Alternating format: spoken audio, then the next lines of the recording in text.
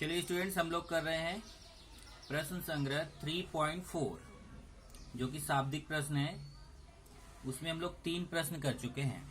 अभी हम लोग करेंगे चौथा प्रश्न। तो चौथा प्रश्न जरा पढ़िए। प्रश्न 4, किसी नाट्यगृह में कुर्सियों की कुल 27 कतारें हैं। पहली कतार में कुल 20 कुर्सियां, दूसरी कतार में कुल 22 कुर्सियां, तीसरी कतार में कुल 24 कुर्सियां हो तो 15वीं कतार में कुल कितनी कुर्सियां होंगी तथा नाट्यगृह में कुल कितनी कुर्सियां होंगी। ये देखिए पूरा क्वेश्चन है। इसको अगर आप समझो, इसमें क्या बोला जा रहा है कि नाट्यगृह मतलब जहां नाटक होता है, तो वहां पे इसने क्या बोला है कि जैसे पहली कतार में, देखिए पहली कतार में कितनी कुर्सी है। पहली कतार में 20 कुर्सी है, दूसरी में 22 है, तीसरी में 24 है। इसी तरीके से बढ़ती जा रही है। मतलब पहली कतार में 20 है, फिर दूसरी कतार में 22 कुर्सी है, तीसरी कतार में 24 कुर्सी है। इसी तरीके से बढ़ती चली जा रही है और कुल टोटल मिला के 27 कतार है। टोटल कितनी कतार है? 27। ये पहली कतार हो गई, दूसरी, तीसरी, ऐसे कुल 27वीं कतार। 27 की अंतिम पद नहीं है इसमें, कुल 27 एन का मान है, मतलब कुल 27 पद हैं, 27 कतारें हैं। तो उसने पहला क्वेश्चन पूछा कि अगर हम इसी तरीके से पहला, दूसरा, तीसरा से करते जाए तो 15वीं जो कतार रहेगी, उस 15वीं कतार में कितनी कुर्सियां रहेंगी। मतलब पहली कतार में 20 है, दूसरी कतार में 22 कुर्सी है, तीसरी कतार में 24 कुर्सी है, तो आपको पता चल रहा है कि चौथी कतार में 26 रहेगी। इसी तरीके से करते जाए तो 15वीं कतार जब आएगी तो उसमें कितनी कुर्सी रहेगी। और दूसरा क्वेश्चन ये है कि कुल कितनी कुर्सी रहे, पूरे नाट्यगृह में कुल कितनी कुर्सी है।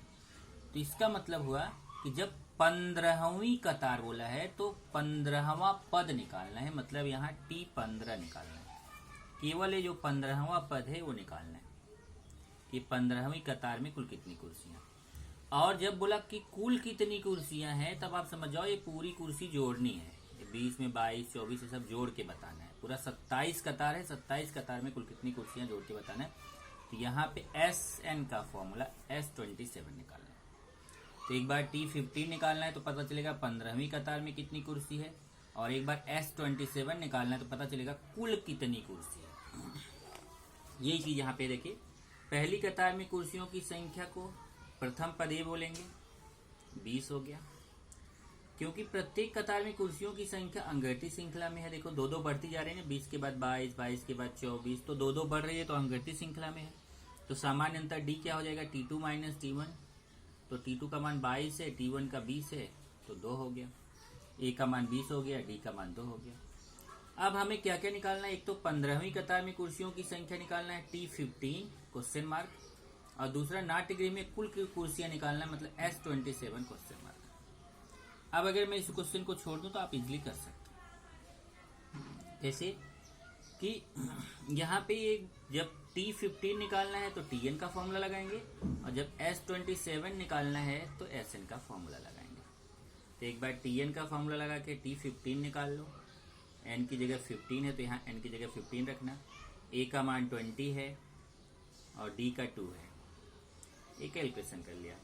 और जब Sn का फॉर्मूला लगाया तो हमने Sn के फॉर्मूले से S27 निकाल लिया। तब इसमें n का मान 27 लेना है, यहाँ पे है तो n का मान 15 लेना है। देखो, और जब S27 निकालना है तो n का मान 27 लेना है। तो यहाँ n की जगह 27, यहाँ पे भी n की जगह 27। A का मान 20, D का 2। कैलकुलेशन कर लिया, ये आपको आ गया। तो कितना आया? 15वीं कतार में कितनी कुर्सियां हो गई? 48। और कुल कुर्सियां कितनी हो गई? तो आगे कैलकुलेशन किया है मैंने। कुल कुर्सियां कैलकुलेशन करके आ गई 1242। तो उत्तर आ गया कि 15वीं कतार में 48 कुर्सियां हैं और कुल नाट्यगृह में कितनी कुर्सियां हैं? 1242। ये आपका चौथा क्वेश्चन होगा। पांचवा देखेंगे, कारगिल में किसी सप्ताह के सोमवार से शनिवार तक का तापमान अंकित किया गया। बाद में ध्यान आया कि अंकित जानकारी अंकगणितीय श्रृंखला में है।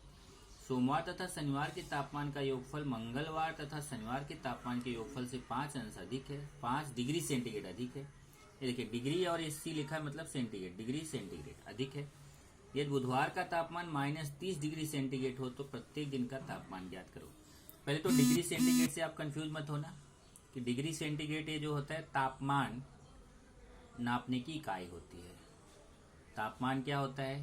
ताप मतलब गर्मी, तो वहां पे कितना ताप है, कितना टेम्परेचर है, जिसको आप टेम्परेचर बोलते हो, तापमान मतलब टेम्परेचर होता है, उसको सेंटीग्रेड, डिग्री सेंटीग्रेड में नापते हैं।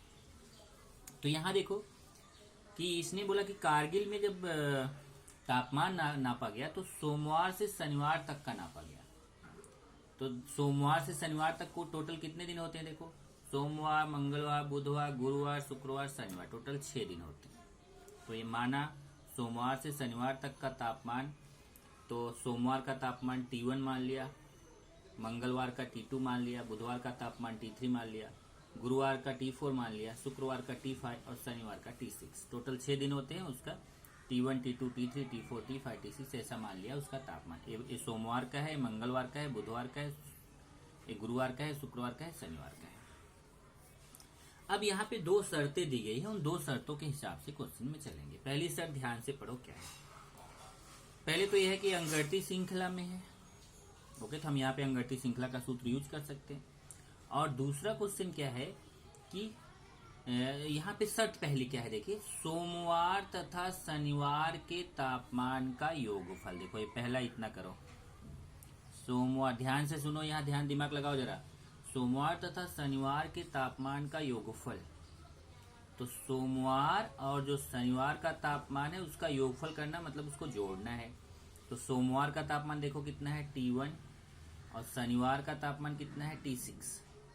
ये सोमवार का तापमान है T1, शनिवार का तापमान है T6, ये दोनों का योगफल, यहाँ देखिए T1 प्लस T6 यहाँ लिख दिया पहली शर्त से। सोमवार का तापमान मतलब T1 और शनिवार का तापमान मतलब T6, इन दोनों का योगफल मतलब प्लस। योगफल किसके बराबर है? मंगलवार, अभी देखिए, मंगलवार तथा शनिवार के तापमान के योगफल। अब कौन कौन सा जोड़ना है? मंगलवार और शनिवार के तापमान। यहाँ देखिए, मंगलवार का तापमान T2 है और शनिवार का T6 है, तो T2 प्लस T6। तो से, अब ध्यान देना, सोमवार तथा शनिवार के तापमान का योगफल किसके बराबर है? मंगलवार तथा शनिवार के तापमान के योगफल से 5 अधिक है, 5 डिग्री सेंटीग्रेड अधिक है, मतलब +5। अगर आपको याद हो तो आपने 9th में पढ़ा था 2 चरांक वाले रेखीय समीकरण, जहाँ पे हम शाब्दिक प्रश्न हल कर रहे थे, वहाँ 2 शर्तों से 2 समीकरण बनाते थे, फिर उसको हल करते थे। तो यहाँ पे ऐसे ही 2 शर्त दी गई है, समीकरण नहीं बनेगा मान लो यहाँ पे, लेकिन जो है 2 शर्तों से दोनों मान हमें मिल जाएंगे। तो क्या बोला देखो कि सोमवार का तापमान और शनिवार के तापमान का योगफल किसके बराबर है? मंगलवार के तापमान और शनिवार के तापमान से 5 अधिक। आपको मैंने बताया था उस समय कि जब अधिक बोलता है तो प्लस करना है, कम बोलता है तो माइनस करना है। जैसे 5 अधिक बोला तो +5, 5 कम बोला होता तो -5 करते, या बोला होता 5 गुना तो मैं गुणे 5 करता, या 5 भाग रहता तो बटे 5 करता। अब देखिए यहाँ ये देखिए +T6 है, अगर हम इस T6 को इधर लेके आए, ध्यान से समझना, ये +T6 से इधर T6 को अगर आप इधर लेके आते हो तो ये प्लस से इधर आके माइनस हो जाएगा, तो ये T6 प्लस रहेगा और इधर आके माइनस होगा, तो T6 कट जाएगा। तो बचेगा क्या? T1 बराबर T2 प्लस 5, क्योंकि T6 कट गया तो बचा क्या? T1 बचा।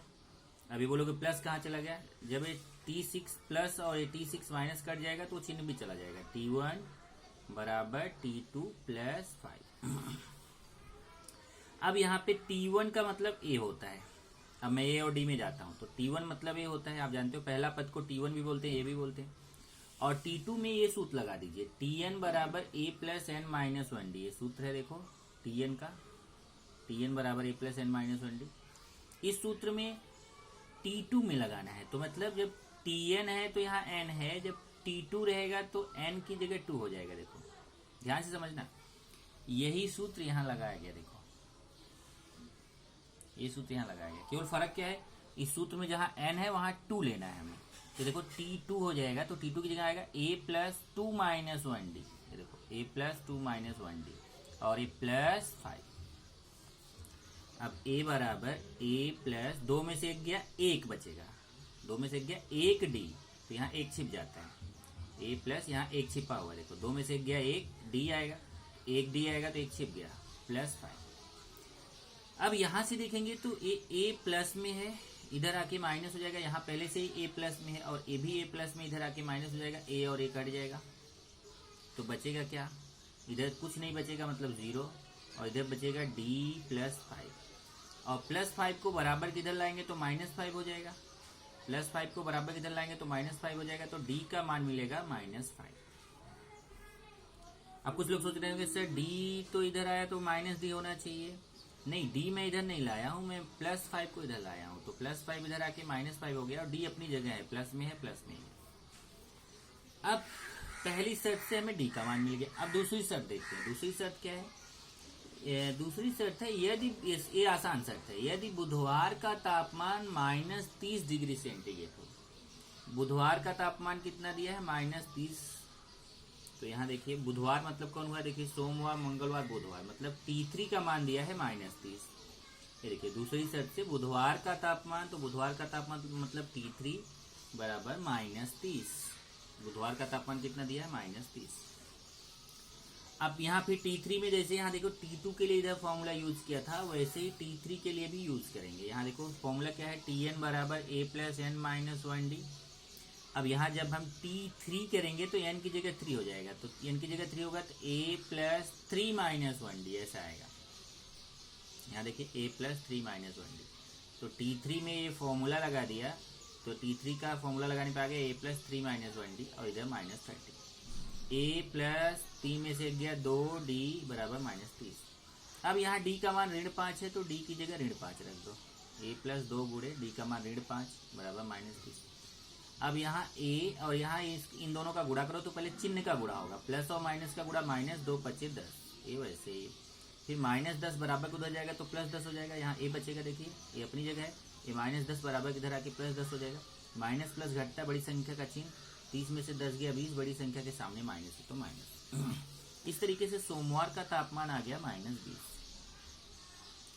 अब मंगलवार का तापमान T1 बराबर, मंगलवार का तापमान, सॉरी यहाँ देखिए यहाँ मैंने थोड़ा गलती किया, सोमवार का तापमान T1 बराबर है, a का मान -20 है तो T1 का मान भी -20। देखिए सोमवार का तापमान है ना T1, ये मंगलवार का T2, बुधवार का T3, फिर T4 T5 T6, इसका मान निकालेंगे। तो पहले सोमवार का T1 है, T1 बराबर ही होता है, मतलब a का मान -20 रख दिया, तो हमें सोमवार का तापमान मिल गया -20।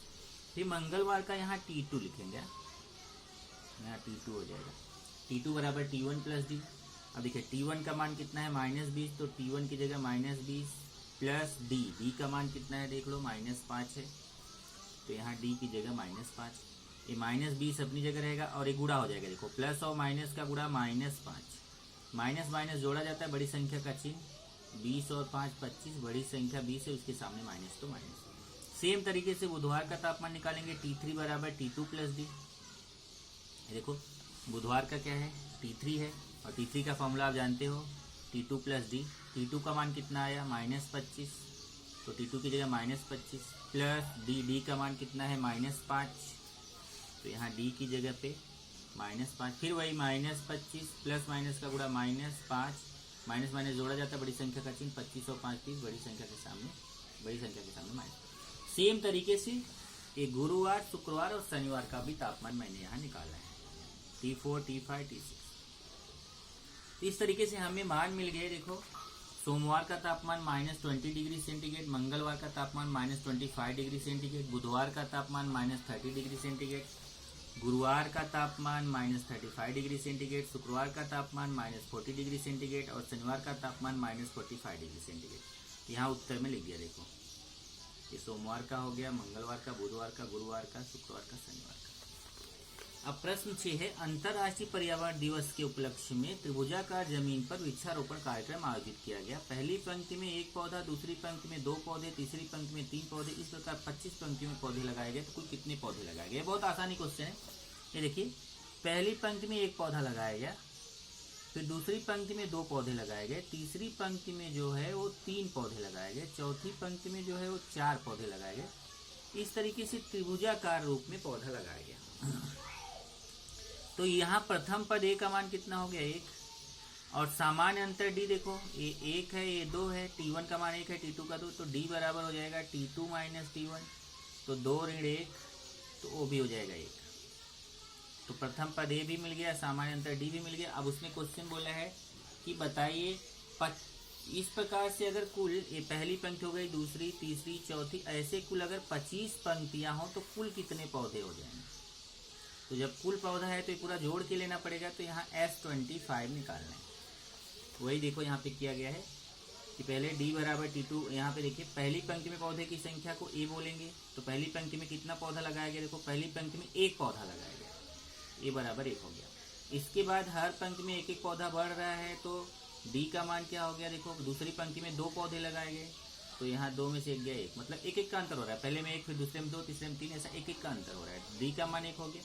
कुल पौधों की संख्या 25 पंक्तियों में कुल पौधों की संख्या S25 निकालना है। SN का फॉर्मूला लगाया, S25 निकाल लिया, तो इस तरीके से 25 पंक्तियों में कुल पौधों की संख्या हो गई 325। यहाँ पे आपका ये प्रश्न संग्रह खत्म होता है। प्रश्न संग्रह 3.4 आपका यहाँ पे खत्म हो गया।